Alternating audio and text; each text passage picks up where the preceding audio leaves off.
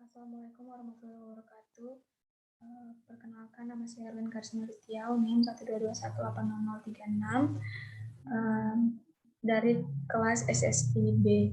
Di sini saya akan mempresentasikan mengenai kuis yang telah saya kerjakan, yaitu pembuatan promodel, layout dari percetakan buku. Jadi untuk yang pertama-tama yang harus dilakukan adalah membuat gambar dari layoutnya sendiri.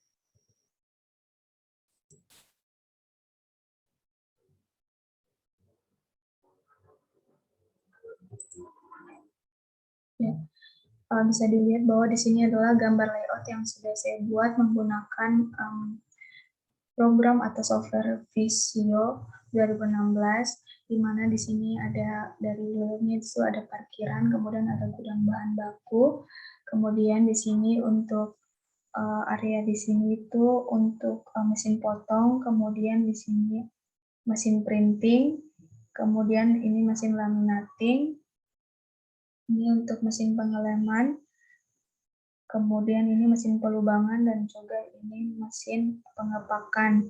Kemudian untuk daerah ini sendiri yaitu adalah gudang penyimpanan. Jadi untuk alurnya sendiri, jadi pertama mungkin saya akan saya jelaskan, yaitu dari gudang bahan baku, maka kertas itu akan dibawa ke mesin potong untuk dipotong, kemudian akan di printing di mesin printing dengan tulisan-tulisan dan sebagainya, kemudian akan masuk kepada laminating, mesin laminating, kemudian dari mesin laminating akan pergi ke mesin pengeleman, kemudian akan pergi ke mesin pelubangan, dan terakhir mesin pengepakan, kemudian dari mesin pengepakan akan dibawa ke gudang penyimpanan, seperti itu. Kita langsung masuk saja kepada promodelnya. Jadi di sini sudah ada promodel yang saya kerjakan. Yang pertama yang harus kita lakukan yaitu memasukkan layout kita ke dalam promodel, membuka promodel, kemudian memasukkan nama dari perusahaan kita, kemudian kita memasukkan layout dengan cara mengklik background, terus kemudian behind grid, dan kita memasukkan background atau layout yang akan kita gunakan, seperti itu. Kemudian langkah selanjutnya setelah layout dimasukkan, setelah itu kita mengklik build, icon build, kemudian mengklik location.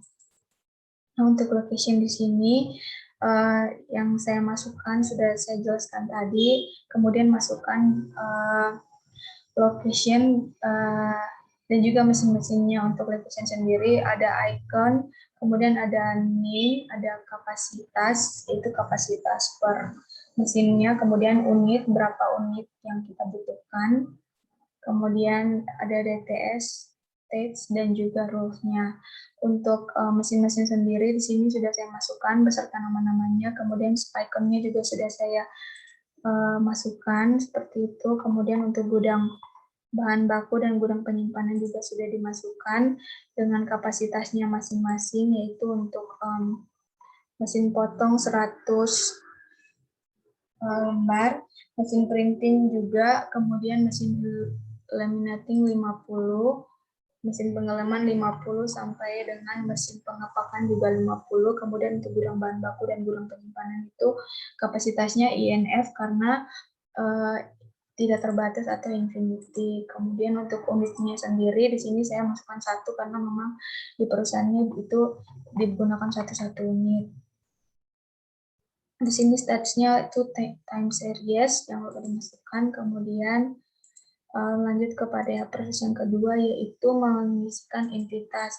Nah, entitas di sini yang saya gunakan yaitu kertas dan buku. Jadi maksud dari kertas dan buku ini yaitu kertas itu entitas pertama.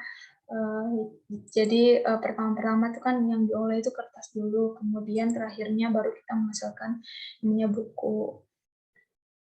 Kemudian ada speed-nya 50, kemudian stats-nya time series.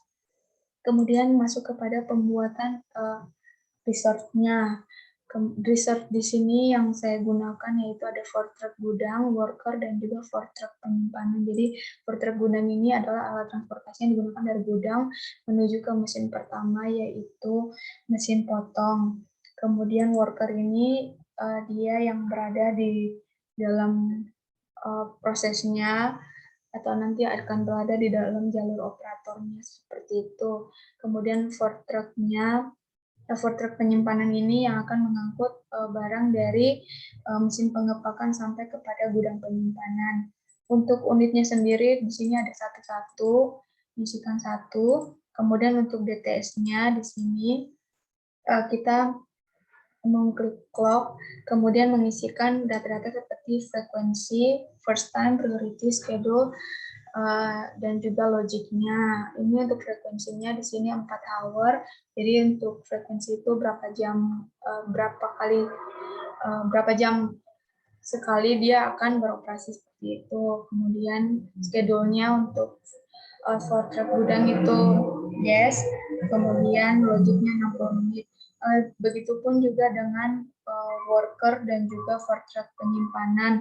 Data-datanya juga sama seperti frekuensi, first time, dan juga logik, tapi yang membedakan yaitu di bagian schedule, di mana worker untuk reserve worker dan for truck penyimpanan itu schedule-nya itu no, mengisikan no. Kemudian untuk space-nya, specification maksudnya, jadi itu kita mengisikan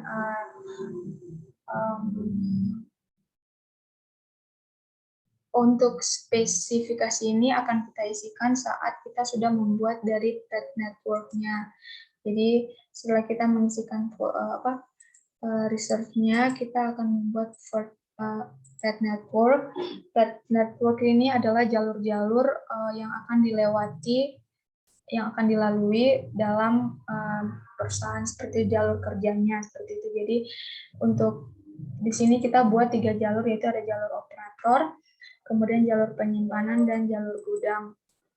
Untuk jalur operator sendiri di sini tipenya passing, jadi gunanya passing adalah supaya dia bisa bolak-balik. Kemudian untuk time TS-nya itu ada speed and distance. Kemudian di sini untuk nodes-nya sendiri kita isikan itu nanti node-nya kita masukkan saja N1, N2, N3 ini sudah akan muncul secara otomatis. Seperti itu saat kita menggambarkan jalur-jalurnya. Kemudian untuk mapping-nya sendiri, saya contohkan untuk operator.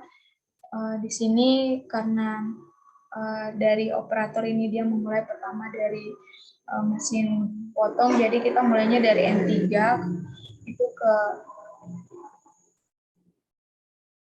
di tempat saya N2, kemudian habis itu dari N4 ke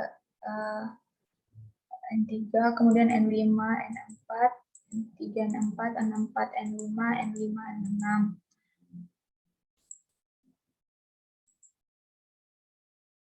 Kemudian untuk jalur penyimpanan dan jalur gudang pun bisa disesuaikan jalur-jalurnya.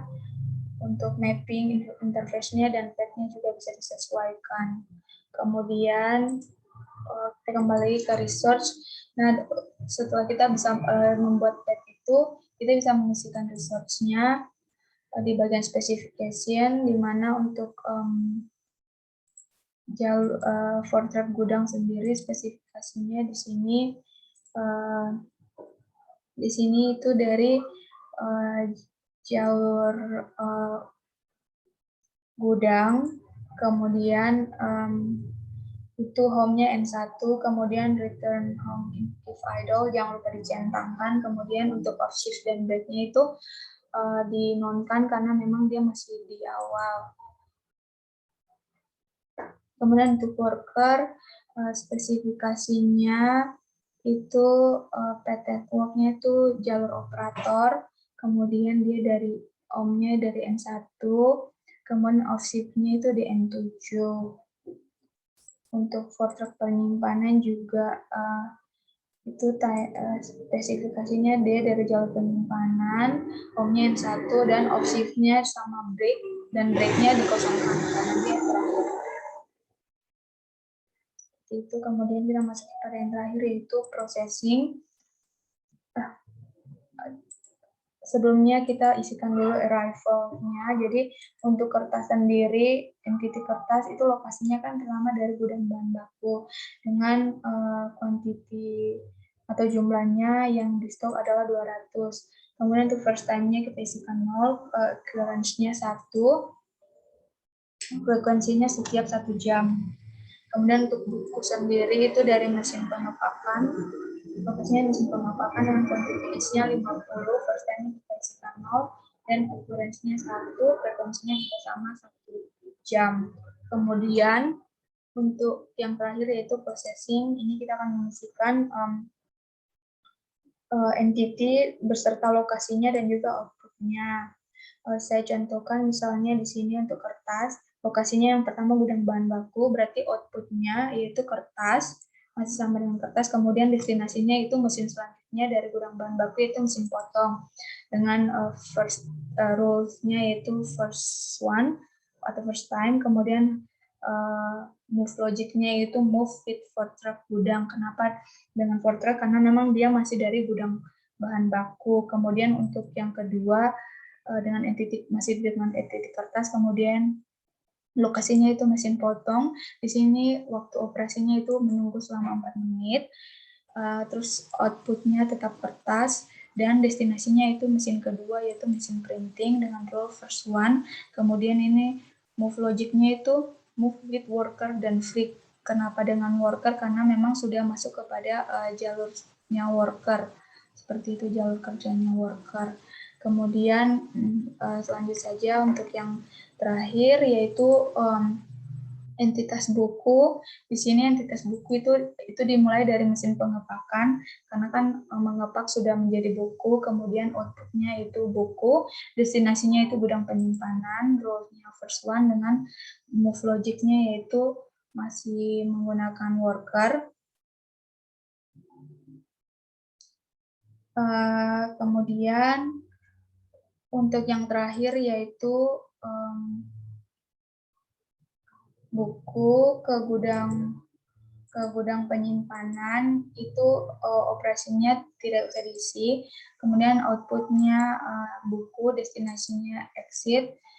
Kemudian move to logic-nya kita tidak usah isikan karena memang sudah yang terakhir. Seperti itu.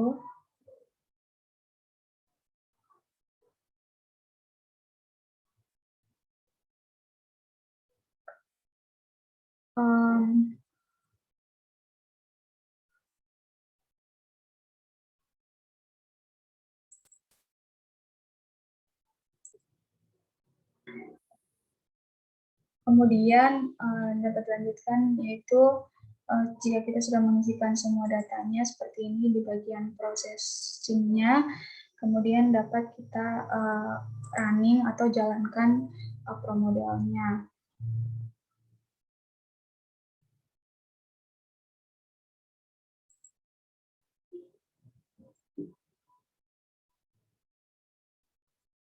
Setelah di-run, maka setiap research-nya akan berjalan atau ke lokasinya masing-masing, lokasi tujuannya masing-masing.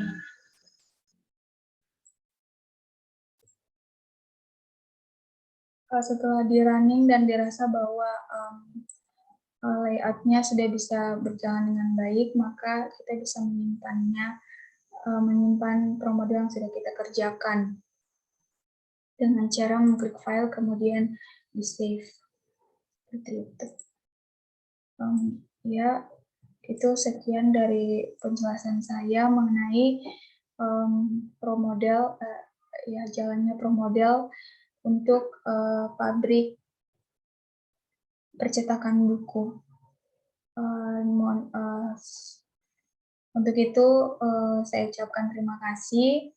Mohon maaf untuk kesalahan-kesalahan yang telah saya lakukan, baik itu dalam salah kata atau salah menjalankan programnya.